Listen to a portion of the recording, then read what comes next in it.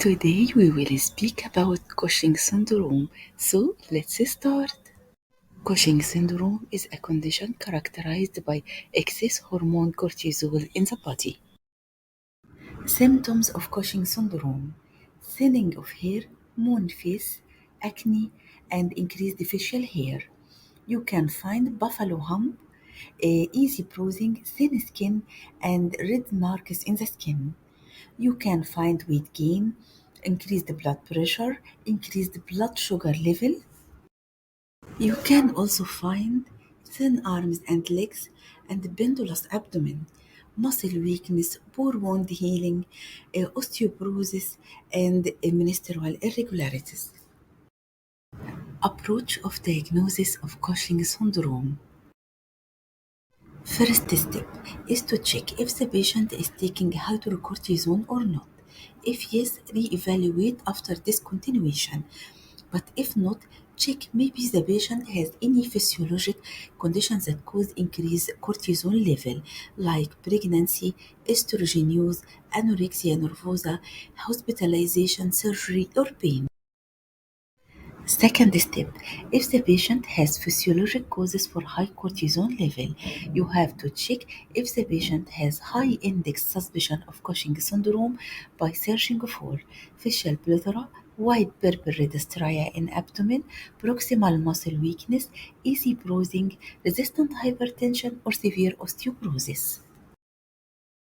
If yes, you have to do 2 or 3 first line tests: late night salivary cortisol level, 24-hour urinary free cortisol level, and 1 milligram overnight dexamethasone suppression test.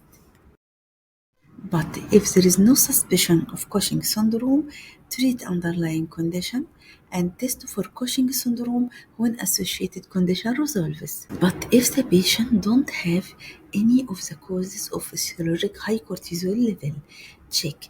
If the patient has low index suspicion of Cushing syndrome, you can do one of the first line tests. But if he has high index of suspicion of Cushing syndrome, do 2 or 3 of the first line test. First line test is late night salivary cortisol level, 24-hour urinary free cortisol level, and 1 milligram overnight dexamethasone suppression test. Approach of diagnosis of the cause of Cushing syndrome. First step is to measure adrenocorticotropic hormone level. If it's suppressed less than 5 picogram per milli, it's adrenocorticotropic hormone independent Cushing syndrome.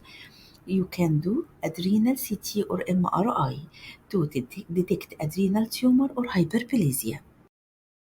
If adrenocorticotropic hormone level is high, more than 20 picogram per milli, it's adrenocorticotropic hormone dependent Cushing syndrome. First step is to do pituitary MRI. If there is tumor more than 6 millimeter, do corticotropin releasing hormone stimulation test and dexamethasone suppression test. If adequate suppression with dexamethasone and stimulation with corticotropin releasing hormone, it's a Cushing disease. But if mixed result or negative response, you have to take petrosal sinus sampling to differentiate between ectopic adrenocorticotropic hormone secretion and Cushing's disease. But if by MRI no tumor or tumor less than 6 millimeter, petrosal sinus sample will be taken to differentiate between ectopic adrenocorticotropic hormone secretion and Cushing syndrome. If adrenocorticotropic hormone level is between 5 and 20 picogram per milli, you can do corticotropin releasing hormone stimulation test. If no response, it's adrenocorticotropic hormone independent Cushing syndrome.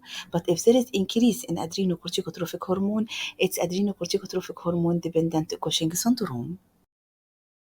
Home message: if the patient is suspected of having Cushing syndrome, first line test is late night salivary cortisol test, 24-hour urinary free cortisol, and 1 milligram overnight dexamethasone suppression test. If he has low index of suspicion, obtain only one test. But if he has high suspicion of Cushing syndrome, do 2 or 3 of the tests. Diagnosis of cause of Cushing syndrome is by measuring adrenocorticotropic hormone level, corticotropin releasing hormone stimulation test, pituitary MRI, and petrosal sinus sampling.